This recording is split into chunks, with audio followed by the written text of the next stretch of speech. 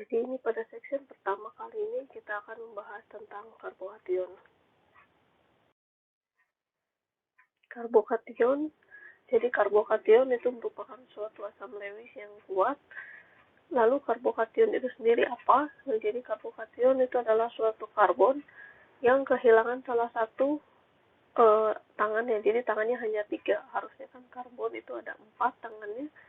Jadi pada karbokation itu tangannya hanya 3 sehingga dia bermuatan positif. Nah, jadi si karbokation ini kehilangan salah satu si elektronnya. Jadi kan dia elektron terluarnya itu ada 4, makanya dia bisa membentuk 4 tangan. Pada kenyataannya ternyata elektron yang satu itu hilang. Jadi dia muatannya adalah plus dan tangannya cuma 3. Nah, strukturnya itu terlihat pada gambar seperti berikut. Jadi ini ada definisi menurut IUPAC, di mana dia menyatakan bahwa karbon atomnya itu memiliki muatan yang positif. Lalu ini beberapa informasi terkait dengan karbokation. Nah, jadi untuk karbokation sendiri itu terbentuk dari pemisahan heterolitik.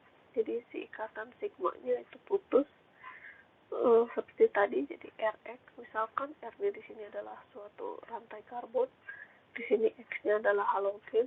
Jadi misalnya kita punya Cl, lalu si Cl-nya itu akan lepas dan membawa satu buah elektron pada karbon, sehingga di karbon itu hanya tersisa 3 tangan dan tidak ada satu elektron yang tersisa.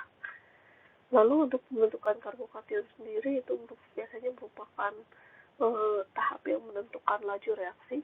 Jadi kalau ingat kembali teori tentang laju reaksi, maka pada suatu tahapan reaksi lajunya ditentukan dari tahapan yang berlangsung paling lama. Kemudian kenapa si karbokation ini, pembentukan karbokation itu merupakan tahap penentu laju atau tahap yang paling banyak membutuhkan energi dan paling lama. Nah, jadi pada pembentukan karbokation itu terjadi perubahan hibridisasi. Jadi awalnya ketika dia strukturnya masih komplit seperti ini, misalkan Rx, jadi belum ada karbokation, itu umumnya si bentuk geometrinya itu adalah sp3 atau tetrahedron bentuknya. Seperti segi 4, misalkan kita punya CH4 atau CH3Cl. Nah, lalu setelah kita punya struktur sp3 tersebut, salah satu atomnya, misalkan tadi kalau berkaitan dengan halogennya itu akan lepas dan membawa satu buah elektron. Tersisa karbokation C yang bermuatan positif, itu bentuk geometrinya atau hibridisasinya itu adalah sp2, di mana bentuknya adalah planar. Nah, untuk mengubah hibridisasi dari sp3 menjadi sp2, ini dibutuhkan energi yang sangat besar. Jadi umumnya dalam suatu tahapan reaksi, tahap ini merupakan tahapan yang membutuhkan energi paling besar dan juga berlangsung paling lama, sehingga tahap ini merupakan tahap penentu laju reaksi. Nanti ketika kita belajar di minggu depan itu ada tentang reaksi, substitusi, dan eliminasi. Nanti kita lihat bahwa karbokation itu merupakan suatu produk intermediatnya, khususnya untuk reaksi yang monomolekular. Jadi ada SN1, ada S1. Nanti tahapan di SN1 dan S1 itu melibatkan pembentukan karbokation. Nah, lalu bagaimana sifat dari karbokation itu sendiri? Nah, jadi karbokation itu sendiri sebetulnya merupakan suatu senyawa yang tidak stabil dan dia sangat reaktif. Makanya kenapa di reaksi-reaksi substitusi, di reaksi eliminasi, ketika sudah terbentuk karbokation, maka reaksi berikutnya atau reaksi tahap berikutnya itu akan menjadi lebih mudah terjadi, karena si karbokation ini sendiri sangat reaktif, jadi dia sangat mudah untuk bereaksi dengan senyawa yang lain. Kemudian yang terakhir itu adalah karena bentuk geometrinya tadi planar, mempunyai SN2, maka ketika dia akan bereaksi dengan senyawa yang lain, itu terjadi penyerangan nukleofilik bisa pada kedua sisinya, bisa dari atas, bisa dari bawah. Jadi adalah gambarannya, tadi misalkan kita punya C berikatan dengan 3 buah CH3, kemudian 1 buah Cl. Lalu Cl-nya itu akan lepas membawa satu buah elektron pada karbon, sehingga pada karbon sisa elektronnya hanya 3, mengikat 3 buah CH3 dan bentuknya berubah menjadi planar. Jadi kalau kalian bayangkan untuk C yang mengikat 3 CH3 ini bisa dibayangkan sebagai satu lembar kertas. Misalnya si kertasnya itu kalian anggap ada di atas meja, jadi dia planar. Nah, kemudian penyerangan ketika dia bereaksi dengan senyawa yang lain, itu penyerangan bisa terjadi dari arah atas atau dari arah bawah. Jadi itu maksudnya di slide yang sebelumnya. Nah, kemudian bagaimana stabilitas dari karbokation itu sendiri? Nah, jadi karbokation tadi sudah dinyatakan bahwa karbokation itu merupakan suatu ion yang tidak stabil. Nah, tapi meskipun dia tidak stabil, tingkat stabilitas dari si karbokation itu sendiri pun berbeda-beda, tergantung dari struktur karbokationnya seperti apa. Jadi kita lihat satu persatu. Nah, sebetulnya apa yang mempengaruhi dari stabilitas karbokation itu sendiri? Nah, jadi ada beberapa faktor yang menyebabkan atau mempengaruhi stabilitas dari karbokation itu sendiri. Jadi yang pertama tentu saja karbon atom tetangganya siapa. Jadi kita punya satu C pusat yang menjadi C plus. Nah, tetangga sebelahnya itu bagaimana kondisi si karbon atomnya. Atau misalkan yang di sebelahnya itu bukan hanya karbon atom, tapi ternyata karbon yang memiliki ikatan rangkap. Atau misalkan atom tetangganya itu adalah memiliki pasangan elektron bebas. Jadi misalkan bukan karbon lagi tetangganya, misalkan oksigen atau nitrogen, di mana si atom tetangganya itu memiliki pasangan elektron bebas. Jadi sekarang kita akan melihat bagaimana stabilitas dari si karbokation itu sendiri. Jadi yang pertama itu stabilitas dari karbokation itu akan meningkat dengan peningkatan jumlah substitusi karbonnya. Jadi di sini sudah ditampilkan, tadi kita tahu bahwa tangannya itu hanya 3, maka maksimum karbon atom yang terikat dengan si C karbokation itu hanya 3. Nah, jadi di sini divariasikan jumlah karbon yang terikatnya itu kalau ada 3, ada 2, ada 1, atau 0. Nah, yang lainnya itu berarti hidrogen. Kalau misalkan dia hanya punya 2 karbon atomnya, berarti yang 1 itu adalah hidrogen dan tetap positif. Maka yang 0 itu adalah seluruhnya adalah hidrogen. Nah, jadi dengan melihat susunan seperti ini, ketika dia berikatan dengan 3, itu yang disebut dengan karbokation tersier. Jadi tersier, sekunder, ini primer, dan ini adalah hanya metil.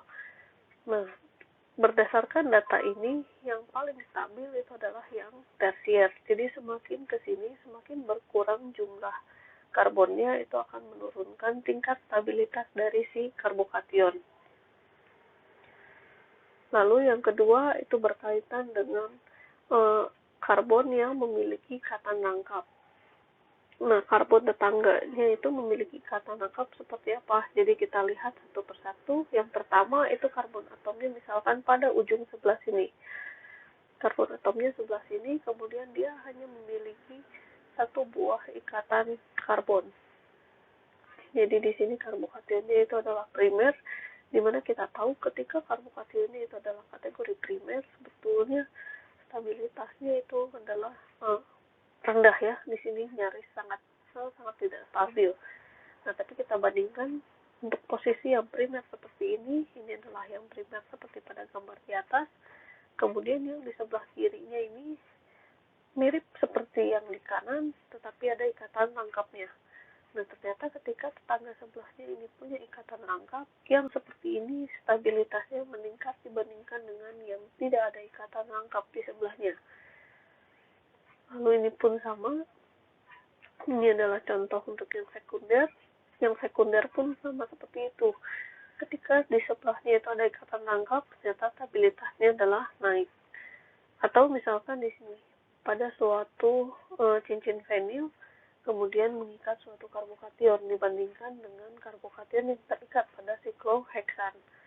Jadi ternyata yang terikat pada vinil itu lebih stabil. Jadi ini contohnya sama-sama punya, sebelahnya itu ada ikatan rangkap, yang satu hanya satu, kemudian yang satu lagi dua. Nah yang pinggirnya itu ada dua seperti ini adalah semakin stabil. Jadi sifatnya adalah semakin meningkat. Jadi ini adalah faktor yang mempengaruhi stabilitas. Yang kedua, kemudian tadi yang terakhir itu adalah ketika suatu karbokation itu terikat pada atom yang memiliki pasangan elektron bebas. Jadi ini sama, kita ambil tipe yang sama, kemudian kita bandingkan kalau pada struktur seperti ini atau pada karbokation sekunder itu satu buah tangannya terikat pada hidrogen. Kemudian hidrogen ini kita ganti, misalkan dengan NH2 atau misalnya dengan OH, dengan sesuatu atom lain yang memiliki pasangan elektron bebas. Nah, ternyata untuk penggantian atom seperti ini akan meningkatkan kestabilan dari si karbokation tersebut. Sekalipun tadi ini sama-sama tipenya adalah sekunder. Sekunder bukan yang terbaik, tapi ketika kita pasangkan dengan tetangganya itu adalah memiliki tadi ikatan rangkap atau misalnya dia punya atom yang punya elektron bebas, ternyata kestabilannya akan naik. Jadi contoh yang lain, ini kita ganti dengan O, jadi ceritanya sama, yang O dibandingkan yang hidrogen itu ternyata ini lebih stabil. Ini pun sama, kita ganti, misalkan tidak harus NO, tapi bisa kita ganti dengan halogen. Nah, halogen pun punya 3 pasangan elektron bebas, maka akan stabil. Nah, kalau kita punya struktur yang sama seperti ini, misalkan ini adalah NH2, kemudian NH2-nya kita ganti dengan OH, atau kita ganti dengan Cl untuk struktur yang sama. Jadi kita bandingkan antara NH2, OH, dan Cl. Kalau dilihat pada NH2 itu pasangan elektron bebas hanya ada 1. Kemudian pada OH itu pasangan elektron bebasnya ada 2. Pada Cl pasangan elektron bebasnya itu ada 3. Nah, semakin banyak pasangan elektron bebas yang dimiliki oleh si atom tetangganya, itu juga akan meningkatkan stabilitas dari karbokation. Nah, jadi kenapa demikian? Kenapa faktor-faktor yang tadi disebutkan itu bisa meningkatkan stabilitas dari karbokation? Jadi yang pertama itu adalah karena adanya resonansi. Nah, jadi kalau dia punya ikatan rangkap, dia bisa memiliki suatu resonansi di mana resonansi yang terjadi itu menstabilkan. Jadi ikatan rangkapnya ini bisa berpindah ke sebelah sana, kemudian plusnya tukar jadi sebelah sini. Pada struktur seperti ini pun bisa terbalik lagi menjadi seperti ini. Nah, adanya resonansi atau perpindahan elektron secara bolak-balik seperti ini yang menyebabkan strukturnya cenderung lebih stabil. Bandingkan jika tidak ada ikatan rangkap, maka ya sudah, positif sebelah sini tidak ada yang bisa menstabilkan si muatan positifnya karena tidak terjadi reaksi resonansi. Nah, kemudian bagaimana cara menstabilkan apabila kaitannya dengan pasangan elektron bebas. Nah, jadi kaitannya dengan pasangan elektron bebas ternyata sama seperti resonansi tadi. Si pasangan elektron bebas itu bisa menstabilkan karena seolah-olah si pasangan elektron bebas inilah yang menyumbangkan satu buah ikatan untuk menstabilkan si muatan positifnya. Kemudian muatan positifnya akan berpindah pada atom yang menyumbangkan pasangan elektron bebas tadi. Misalkan di sini adalah NH2 yang punya pasangan elektron bebas, maka pasangan elektron bebas ini seolah-olah bisa membentuk ikatan rangkap dan positifnya pindah ke N. Nanti N-nya tidak stabil, distabilkan kembali dengan ikatannya menjadi terbuka lagi, balik lagi jadi pasangan elektron bebas dan positifnya kembali ke karbon.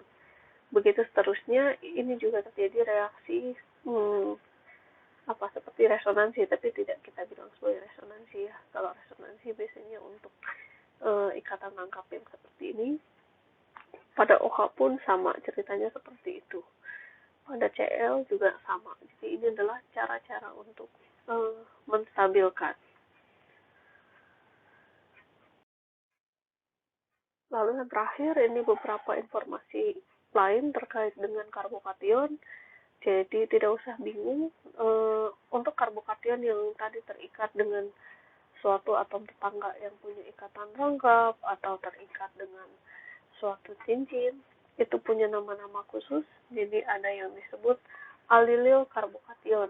Nah, jadi kalau alil artinya si karbokation itu tetangga sebelahnya itu berikatan lengkap. Tadi untuk membentuk resonansi, untuk yang seperti itu, seperti pada gambar ini kita bilang sebagai alil karbokationik karena dia punya struktur alil. Kemudian ada juga yang disebut sebagai vinil. Jadi kalau vinil karbokation itu C karbokationnya tangannya 3, tapi yang satu itu berupa ikatan rangkap. Jadi berupa ikatan rangkap, kemudian satu ikatan tunggal dan positif. Ini adalah vinil. Jadi hati-hati kalau tetangga sebelahnya yang berikatan rangkap itu artinya alil.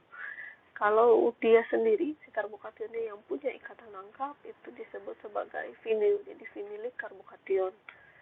Kemudian ada benzilik karbokation, artinya si karbokation tersebut berikatan dengan satu buah cincin vinil. Lalu yang terakhir itu adalah aryl karbokationik.